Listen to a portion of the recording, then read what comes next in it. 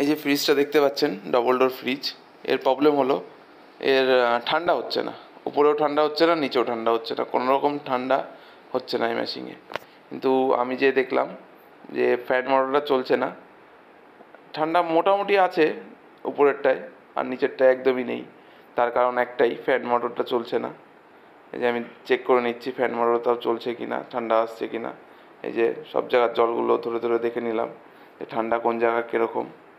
আর এই কম্প্রেসারের গায়ে হাত দিচ্ছি, বোঝার চেষ্টা করছি কম্প্রেসার চলছে কি না, বা গরম হাওয়াটা গরমটা দিচ্ছে কি না।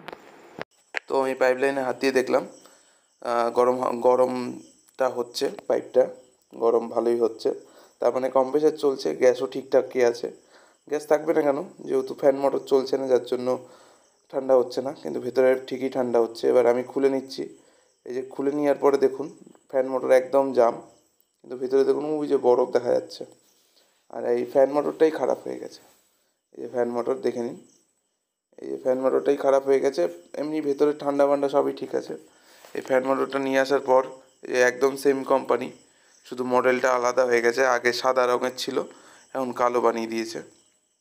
একটু চেঞ্জেস করেছে, কিন্তু ওতেই হয়ে যায়, অসুবিধা হয় না।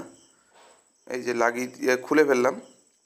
এই যে পুরোনো মোটরটা একদম জাম হয়ে গেছিলো, একদম খারাপ হয়ে গেছে। এবার খুলে ফেলেছি, খুলে দেখিয়ে দিলাম। আর এই যে নতুন মডেলের নতুন ফ্যান মোটর, এটাও একদম অরিজিনাল গোদরেজ কোম্পানির ফ্যান মোটর। এই যে লাগানোর পরে দেখাচ্ছি। লাগানোর সময় আর দেখাইনি, লাগানোর টাইমটা নষ্ট করিনি আপনাদের। এই যে ফ্যান মোটর একদম রেডি, পুরো বডির সাথে লাগিয়ে দিয়েছি, একদম পুরো রেডি। এই যে পুরোনোটাও দেখিয়ে দিচ্ছি একবারে সাইডে, কতটা এক্সচেঞ্জ দেখুন। একটুখানি ডিফারেন্স আছে, কিছু করার নেই, ও ডিফারেন্স করে, সব কোম্পানিই করে এখন।